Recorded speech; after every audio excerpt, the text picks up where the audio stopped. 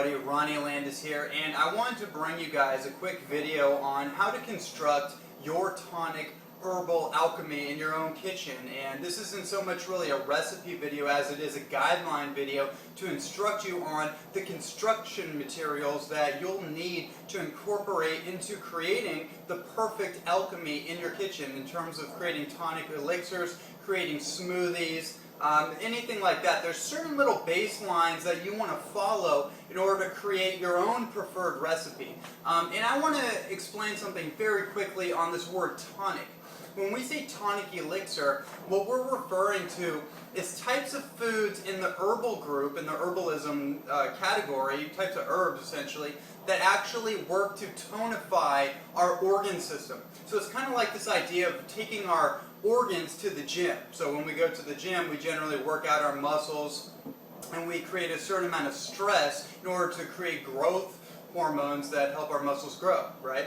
Well, in this sense, we're doing a similar thing to our organs, but when we use tonics, these are things that can be done every single day, or you can cycle them in repeatedly. Let's say, for example, you could take mucuna or holy basil or ginseng or maca 3 to 4 days and then take a day off.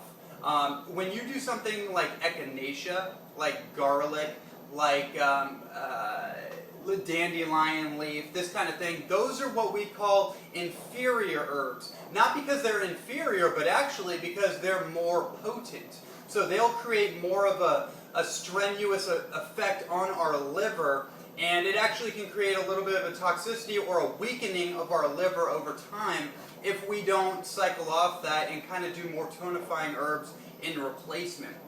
So I hope that's clear. Tonics are things that you can do every single day like food in order to slowly build up your glandular system, your organs, your hormone secreting endocrine system essentially, so you can become more strong, vigorous, and essentially create a stronger immune system, neurological system, nervous system balance, that kind of thing. Okay, let's move into the construction materials of this drink. What I have here is really the base. This is the liquid base, the tea, and this is a Chanca Piedra, Chuchuhuasi, Cat's Claw, Paudiarco tea base. Those are all tonic herbs, and that's just what's in here right now. And I have some set ingredients to break down for you. There's a few categories that you want to work with or incorporate into your elixir to create the best, just the best drink that you possibly can. The first thing is obviously your tea base, right? In herbalism, we would call this the menstruum. And that's basically like your substrate or your medium where everything else is going to go into. And then one of the categories is going to be your sweetener. What kind of sweetener are you going to incorporate into your elixir or your smoothie? And there's a few different options you can work with. You can work with a syrup sweetener like honey. In my opinion, honey is the best natural sweetener. It's the whole food found in nature in its original form like this. It's non-refined, and it has the most enzymatic potential of any food, the most hydrogen potential of any kind of syrupy sweetener in the world. It's just the most natural, so that's my choice. But you could also choose artichoke syrup. You can choose maple syrup. There's many different kinds of syrupy sweeteners that you can choose. Another thing is just dry sweeteners. So that would be something like cane sugar. That would be something like coconut palm sugar. That would be maple sugar, not maple syrup, but maple sugar. There's many different things you can play with in that category as well as dry sweeteners. Those are more refined sugars that can work if you prefer that.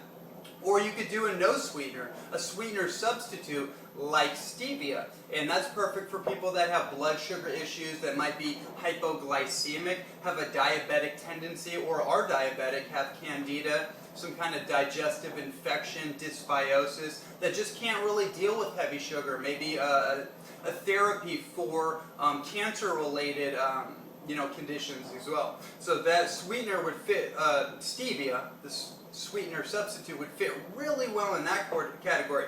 The next thing is your fat. What kind of fat are you going to put into this? And we have a few options, and I prefer, when we're talking about a hot elixir, really you want to look towards saturated fats. The reason is when you're dealing with a polyunsaturated fat such as hemp seed oil or chia seed oil or even flaxseed oil, the problem is they're heat volatile, meaning that they don't have a very good tolerability when it comes to heat.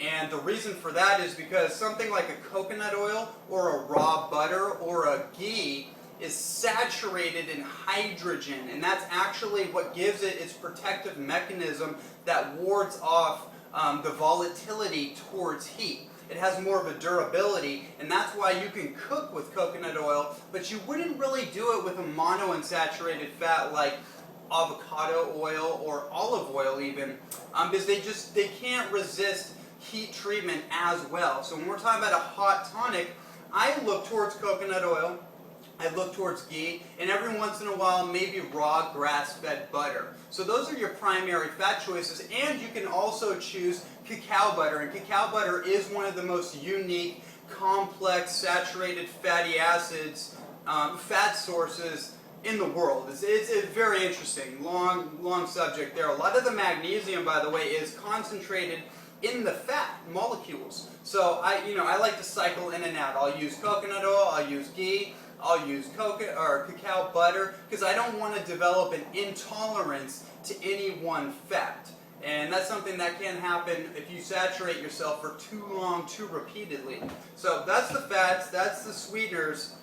The next thing in the tonic alchemy creation is what kind of delivery mechanism are you going to use? And some people may be like, well, what do you mean? Isn't the tea the menstruum base? Isn't that the delivery system?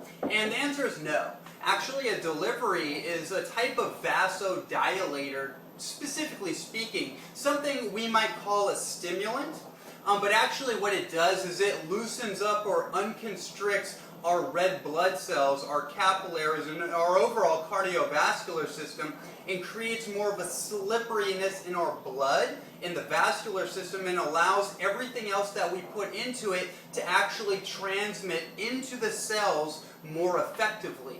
And so our choices in there can vary over the board. If you make a tea base that's yerba mate or Ilex guayusa, for example, Ilex guayusa being the highest caffeine content plant in the world, and Ilex paraguensis, which is yerba mate, is a close relative. Those are two very high caffeine containing plants, but they're balanced out. Guayusa has L-theanine in it, which helps balance out the caffeine.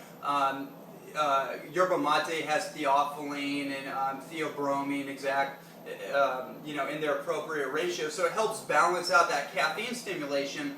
Also, other options are organic, microbe-free coffee as a delivery system. So if you are going to do coffee, there's a number of different things you want to do with it. You want to the reason we're putting the fat in is to slow down the caffeine from metabolizing in our body too quickly.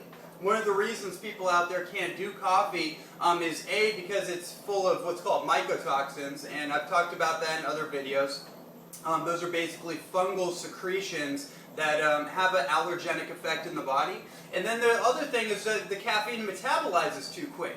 And so the fat actually slows down that caffeine metabolites from rushing into our system. That's number one. And we'll go into the next thing I want to talk about. But then your other options are cacao. Cacao not as a tea base, but you would put cacao in it. You could put cacao paste, cacao powder, cacao liqueur, which is basically stone ground chocolate, a raw cacao bar, like sacred chocolate bar. Historically, I just throw those in my drinks. Amazing options, and that's a vasodilator. It has theobromine, which actually strips down the plaque formations in our cardiovascular system, breaks that stuff up, and allows stuff to get in better. And also, you can use cayenne. Cayenne's another vasodilator. It opens up the blood and helps stuff in. That's why it has that spicy effect. That's really opening up our system to available possibilities. And then the other thing, I have also another option, green coffee bean extract. If you're not really into coffee, but you like that caffeine effect, then green coffee bean is actually something that I've been playing with a while lately, and I really like it. I find that it's balanced, it's uncarcinogenic, meaning that it hasn't been roasted and toasted like so much of the coffee out there, and it has a really nice, just stimulatory effect. And then the fourth thing that you want to consider, and the last thing, is what's going to be your down-regulating herb, which means that if you have a stimulant, you want to balance it out with a non-stimulant. In this case, you know, we could do something like Mucuna pruriens, and this is typically an Ayurvedic legume that grows vigorously in different regions of the world, and it's the #1 source of L-dopa. And L-dopa is that chemical that converts into dopamine, and dopamine is actually one of the main neurotransmitters that powers our adrenal glands. It protects our nervous system and really helps our neurological system function and keep us in a state of pleasure, a state of balance and focus, concentration, and imagination. So this is going to be helpful. You could also use reishi mushroom. There's a lot of different things we could talk about on that subject, but just keeping it very simple and short, these are the main categories that you want to consider when constructing your tonic elixir in your home. When you're doing it for guests, you want to know, you want to be considerate of your guests' needs or your needs, your family's needs, whatever the case may be. These are all the ingredient categories that you can stack in your favor and experiment with in order to create the perfect tonic elixir for you and your loved ones. So I hope you got a lot out of this video. It was really fun for me to break this down for you guys. If you have any questions or comments, feel free to leave them below, and until then, we will see you next time.